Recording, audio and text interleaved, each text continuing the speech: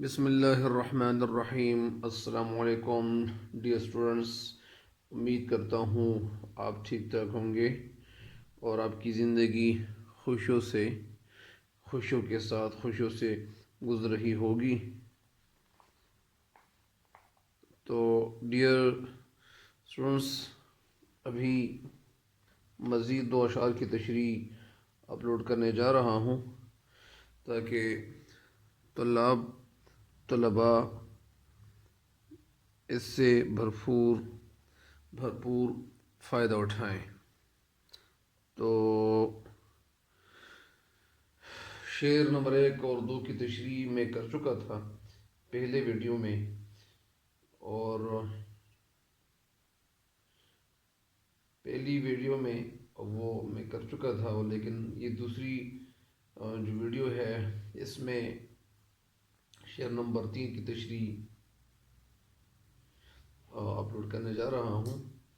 تو dear students, شعر number 4 ہے: رب اشرح لي صدري ويسر لي امري واحلل عقدة من لساني يفقهوا قولي رب اشرح لي صدري ويسر لي امري واحلل عقدة من لساني يفقهوا قولي رب زدني علما رب زدني علما رب زدني علما۔ ڈیئر اسٹوڈنٹس، شعر نمبر 3: صداقت ہو تو دل سینوں سے کھینچے لگتے ہیں واعظ، حقیقت خود کو منوا لیتی ہے مانی نہیں جاتی۔ صداقت ہو، صداقت سچائی، تو دل سینوں سے کھینچے لگتے ہیں واعظ، واعظ کرنے والے، نصیحت کرنے والے۔ یعنی صداقت کا مطلب یعنی جب دل سینوں سے کھینچے لگتے ہیں واعظ، صداقت ہو یعنی ایک انسان جو ہے وہ صادق ہو اور وہ متقی ہو، پرہیزگار ہو، تو ان کی باتیں جو ہوتی ہیں، وہ جب باتیں کرتے ہیں تو لوگ ان کی باتیں سن کر ان کے دل وہ کھینچے چلے آتے ہیں۔ مطلب یعنی ان کے دل جو ہے وہ فوراً متوجہ ہو جاتے ہیں اور وہ ان کے دل مائل ہو جاتے ہیں اور حق بات سننے کے لیے۔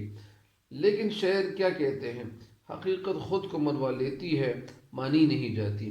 یعنی جو ایک انسان کی جو حقیقت ہوتی ہے، ایک انسان گنہگار ہے اور وہ خود عمل نہیں کرتا، اس کا خود جو عمل ہے وہ صحیح نہیں ہے اور وہ یعنی صحیح کام نہیں کر رہے اور گناہ پہ گناہ کرتے جا رہے ہیں، تو ظاہری بات ہے کہ جب ایک انسان کے جو اعمال ہے وہ ٹھیک نہ ہو اور وہ لوگوں کو یعنی وہ متوجہ کرنے کی کوششیں بھی کرتے ہو تاکہ لوگ جو ہے وہ میری بات سن لیں اور وہ نیک کام کی طرف مائل ہو جائیں، لیکن ان کی بات لوگ کیسے سنیں گے جب وہ خود عملی لحاظ سے وہ بگڑا ہوا ہو؟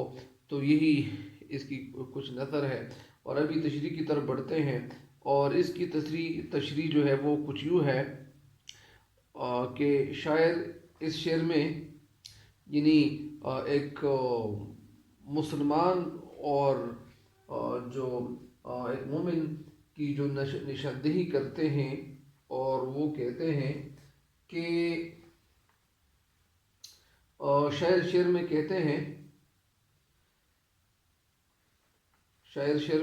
کہتے ہیں کہ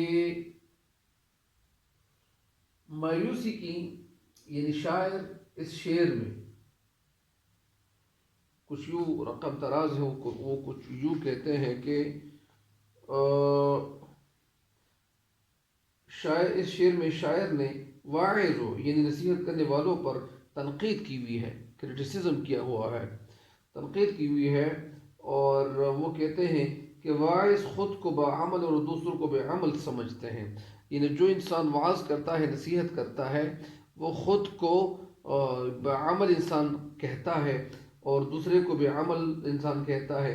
یعنی وہ کہتے ہیں کہ میں خود جو ہے وہ نیک کام کرتا ہوں اور وہ دوسروں کو یعنی وہ گناہگار سمجھتا ہے، لیکن شعر کہتے ہیں کہ جبکہ حقیقت اس کے برعکس ہے، حقیقت اس کے برعکس ہے، اس کے الٹ ہے، اور وہ کیا ہے؟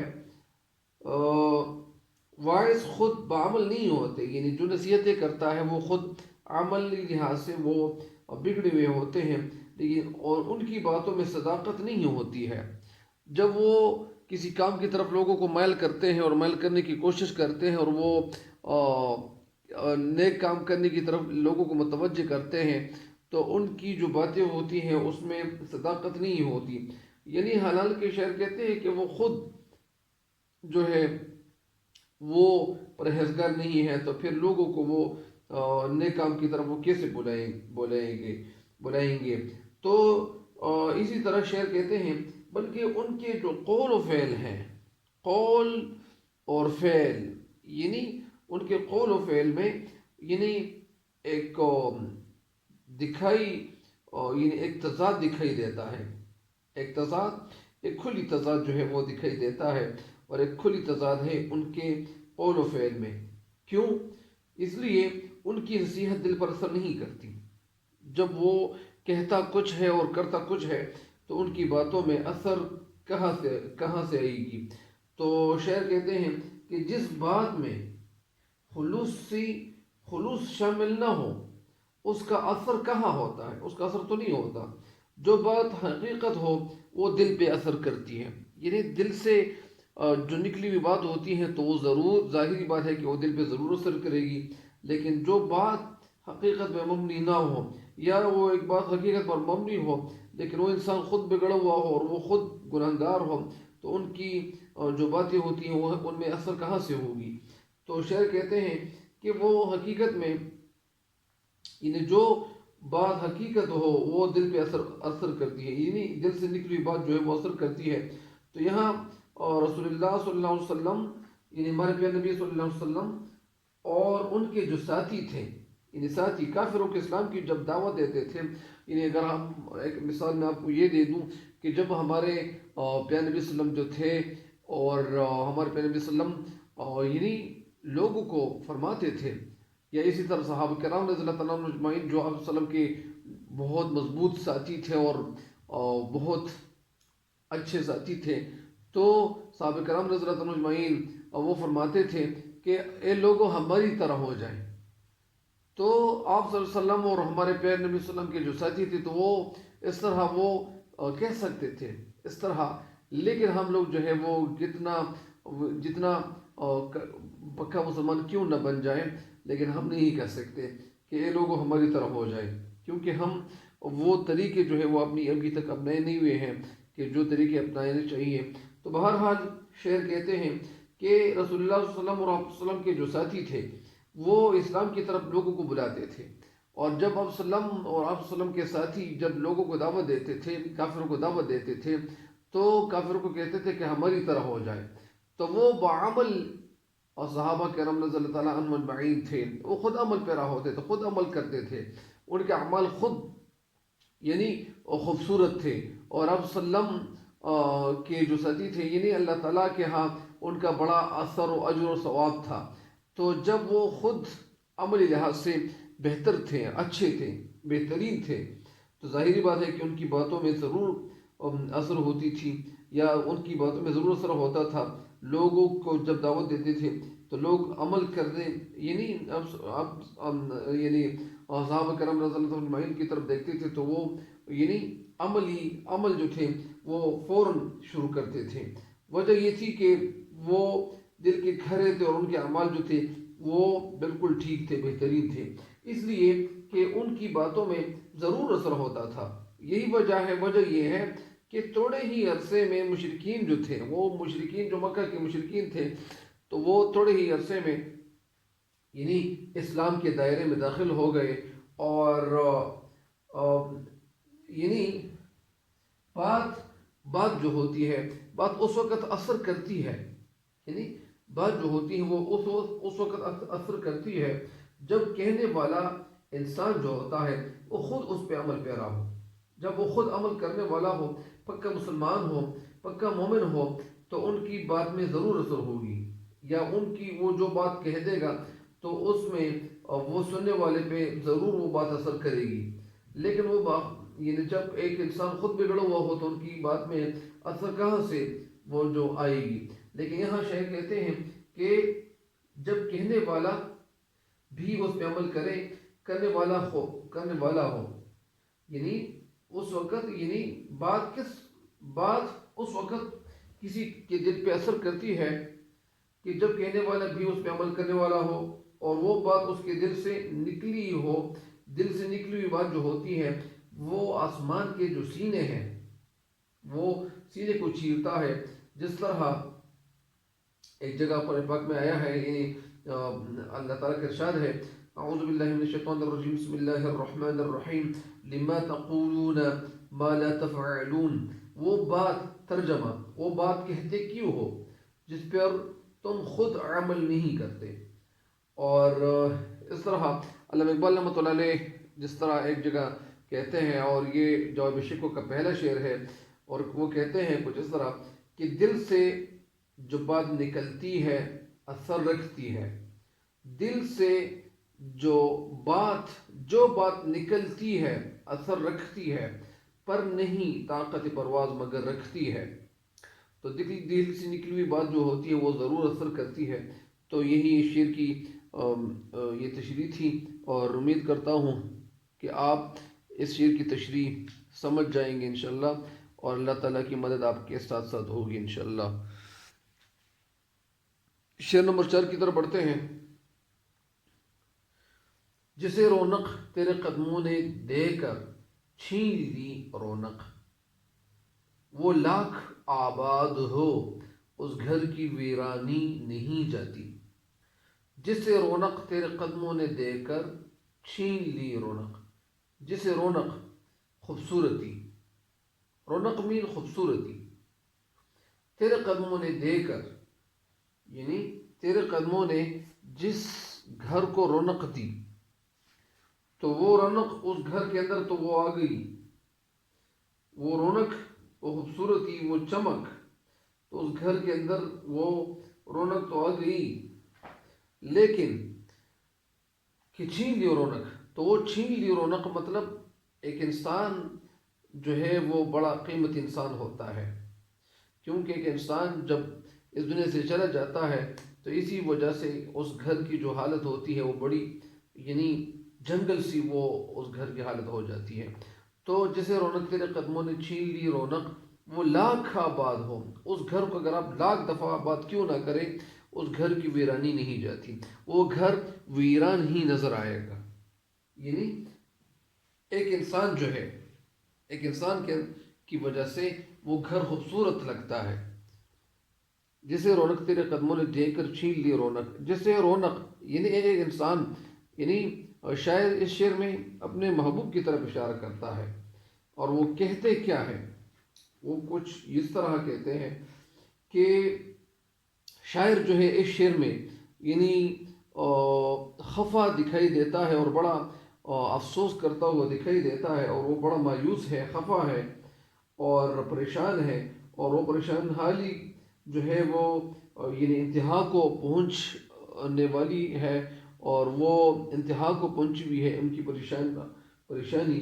تو شعر میں یعنی اپنی مایوسی کا اظہار کرتے ہوئے کہتے ہیں، یا مایوسی کی انتہا کو چھونے والی جو حالت ہے وہ شعر کی کچھ اس طرح رقم تراز ہے، اور کہتے ہیں کہ گھر کی جو خوبصورتی تھی، اور اس کی خوبصورتی جو ہے وہ ایک گھر کی جو خوبصورتی ہوتی ہے وہ اس گھر کے اندر رہنے والوں کی وجہ سے ہوتی ہے۔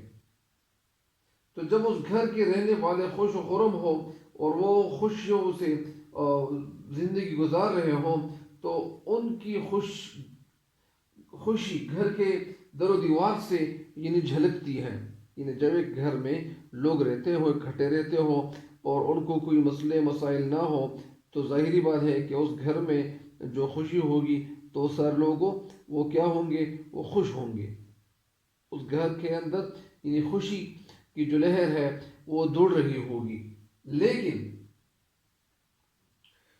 شاعر کیا کہتے ہیں، شاعر کہتے ہیں کہ اس شعر میں شاعر کہتے ہیں کہ میرے گھر کی ویرانی جو ہے وہ قابل دید ہے، دیکھنے کے قابل ہے، جب محبوب میرے پہلو میں تھا۔ یعنی شاعر یہاں کچھ یوں رقم تراز ہے، لیکن شاعر اس طرح کہتے ہیں کہ جب میرے گھر میں میرا محبوب موجود تھا تو خوشیاں اور رونقیں اور خوبصورتیاں جو تھی وہ میرے ساتھ ساتھ تھی۔ لیکن جب وہ میرا محبوب یعنی وہ جب پاس ہوتا تھا تو غم و پریشانی میرے گھر میں آنے کی ضرورت بہادر نہیں کر سکتی تھی. وہ میرے گھر میں یعنی ظاہر کی بات ہے کہ وہ وہاں سے باہر یعنی مصیبت یا تکلیف کہاں سے آئے گی جب ان کا محبوب ان کے ساتھ تھا. تو شعر کہتے ہیں کہ وہ باہر سے کوئی غم وغیرہ میرے دل تک یعنی دستک نہیں دے سکتا تھا. میرے دل کے اندر وہ کوئی غم اندر نہیں آ سکتا تھا. کیوں؟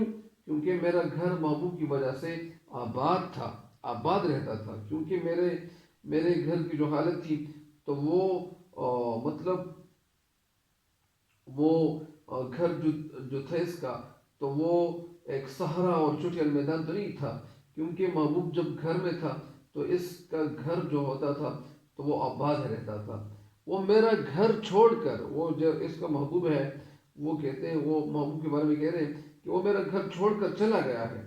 اس کے ساتھ ہی میرے گھر کی جو خوشیاں تھیں، میرے گھر کی جو رونقیں تھیں، میرے گھر کی جو خوبصورتیاں تھیں، وہ ساری کی ساری وہ جو ہے وہ دم توڑ گئی ہے. وہ ساری کی ساری خوبصورتیاں اور رونقیں جو میرے گھر کے اندر تھیں وہ ختم ہو گئی ہے.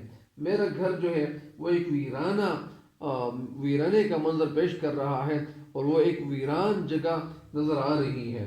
میرا گھر جو ہے وہ ایک ویران گھر کی طرح نظر آ رہا ہے. اب کوئی اسے لاکھ آباد کرنے کی کوشش کرے، لاکھ اس گھر کو بنائے، لاکھ اس گھر کی مرمت کرے، لیکن اس گھر کی جو ہے وہ خوشیاں واپس نہیں آ سکتی ہے. کیوں؟ کیونکہ محبوب جو ہے، محبوب ہی میرا سب کچھ تھا، محبوب ہی میرا سب کچھ تھا.